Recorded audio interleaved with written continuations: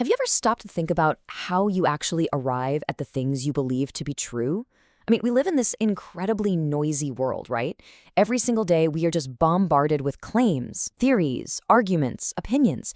And finding the actual truth in all that noise, well, it can feel like an insurmountable struggle. But human reasoning isn't just guesswork. It's more like a grand structure, an architecture of thought. And just like any enduring structure, it absolutely relies on foundational supports so it doesn't just collapse. So let's dive right into this explainer, where we're going to explore the very foundation of how we think, the twin pillars of deductive and inductive reasoning. So how do we actually know what is true? Honestly, it's perhaps the biggest question in human history. I want you to consider your own thought processes for a second. When you make a big decision or when you form a core belief, what tools are you actually using to get there? Well, throughout history, philosophers, scientists, and everyday thinkers have essentially relied on two ultimate tools to solve this exact problem. These are the two primary mechanisms we use to process information and literally build our reality. Okay, here is our quick roadmap for this explainer. 1. The twin pillars of reason. 2. Deduction, the top-down approach. 3. Induction, the bottom-up approach. 4. Comparing the two pillars. And 5. Why we need both. All right, let's get into it. Section 1. The twin pillars of reason. I want you to picture human knowledge as this massive, impossibly heavy roof. Now, to hold that roof up, you need some serious structural integrity, right? We achieve that through two very different but equally crucial pillars of logic. To properly evaluate our reasoning, we have to demand total clarity on two fronts: premises and certainty. Now, a premise is basically just your starting point. It's the initial statement or the evidence you're working from. And the degree of certainty, well, that's your ultimate destination. It's asking, based on my starting point, how confident can I actually be in my final answer? I want you to keep those two ideas, premises and certainty, right in the front of your mind as we go. Section 2. Deduction, the top-down approach. When you think of deduction, I really want you to think of strict, unyielding rules. The totally crucial point here is the direction our logic flows. Deductive reasoning begins with general principles, or premises, and applies them to specific cases. So we're starting wide, right at the very top, with these big general principles. Then we drive downwards, funneling that broad rule into a highly specific case. You start with a massive universal rule, and you literally force it down into a localized, singular conclusion. That is the raw mechanical engine of deductive reasoning. Okay, here's perhaps the most famous logical sequence in history. First, we have our broad general principle. All humans are mortal. That's our top-level premise. Second, we have our specific case. Socrates is a human. Therefore, following the strict funnel of our logic, we reach an inescapable conclusion: Socrates is mortal. If your premises are true and your logical steps are valid, the conclusion absolutely must be true. There is zero wiggle room here. It's an absolute lock. Now, let's see how this builds into both a massive strength and a huge vulnerability. Deduction guarantees certainty. I mean, that is its superpower. However, it depends entirely on the truth of its premises. This top-down approach is literally only as good as the foundation you build it on. Think about it. If your starting rule is flawed, like say you mistakenly started with all humans can fly, your perfectly valid logical structure would spit out a conclusion that is entirely false in reality. So, deduction gives us absolute certainty, but it demands absolute perfection in our starting principles. Section 3. Induction, the bottom-up approach.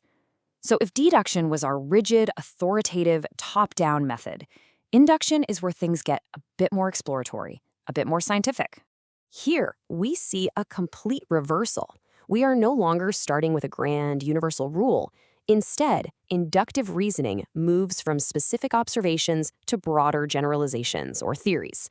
It starts in the dirt, right on the ground floor, with highly specific observations. You see something happen once, then twice, then 10 times. And from those scattered, specific data points, you build upwards to form a broader generalization, or a working theory. Let's look at a classic, real-world example of how this reasoning pattern works. Every swan I have seen is white, therefore all swans are white. What's truly fascinating about this leap is just how natural it feels to us, right? This is how humans learn every single day. You make observations in your environment, and you build a working rule out of them. But note the catch here. Unlike our Socrates example, this conclusion is probable, not guaranteed. You are making a huge leap from what I have personally seen to how the entire universe works. And that leap brings us to the core traits of induction. It provides probable conclusions, not guaranteed truth. But listen, don't let that lack of a total guarantee fool you because it is incredibly powerful. It is literally the engine of scientific discovery. When scientists run experiments, they're gathering specific observations to build broad theories. But because it doesn't guarantee truth, this method always remains open to revision. I mean, if you travel to Australia and see a single black swan, bam! Your entirely reasonable inductive conclusion that all swans are white is instantly shattered, and it has to be revised the second that new evidence appears. Section 4. Comparing the two pillars. Okay, so we've got team certainty on one side and team probability on the other. Let's map out their exact differences side by side. When we put these two side by side, the contrast is pretty stark. Deductive reasoning moves from general to specific, offering absolute certainty. Inductive reasoning moves from specific to general, offering probability. Practically speaking, deduction is the tool of mathematics, formal logic, and legal reasoning, areas where strict adherence to rules is absolutely paramount. Induction, on the other hand, well, that drives science, social research, and honestly our everyday decision-making, where we just have to navigate an unpredictable world by observing patterns. And finally, their limitations perfectly mirror each other. Deduction is completely reliant on the truth of its starting premises, while induction is forever vulnerable to that one unexpected exception, that one incomplete piece of evidence. The crucial point to take away is this deep, philosophical distinction. On the deduction side, it's fundamentally about validity and necessity. If the premises hold, the conclusion simply cannot fail. It is necessary. On the induction side, it's all about probability and generalization. It boldly builds theories from evidence, but it remains humble because those theories are always tentative. One is airtight but kind of rigid. The other is expansive but completely open to correction. Section 5. Why we need both. It might be super tempting to just pick a favorite here, to say, I only want absolute certainty, or I only trust real-world observation. But the entire structure of human logic completely collapses if you try to build it on just one pillar. These pillars are totally complementary. Deduction is like our internal auditor. It tests the internal consistency of our arguments to make absolutely sure our logic is sound. But deduction alone, it can't teach us anything actually new about the physical world. That is exactly where induction steps in.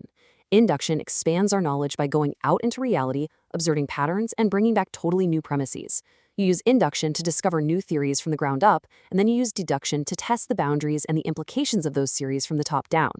This beautiful continuous loop is exactly why this duality forms the twin pillars of philosophy, science, and governance. You simply cannot build human progress without both working together. Which brings us to the end of our explainer. I want to leave you with a question to chew on.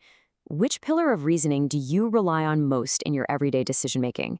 Are you a top-down thinker, strictly applying general rules to your life? Or are you more of a bottom-up thinker, constantly gathering specific observations before you make a move? Understanding how you personally process the world, well, that's the very first step to thinking more clearly in an incredibly noisy world. Thanks for exploring this with me today.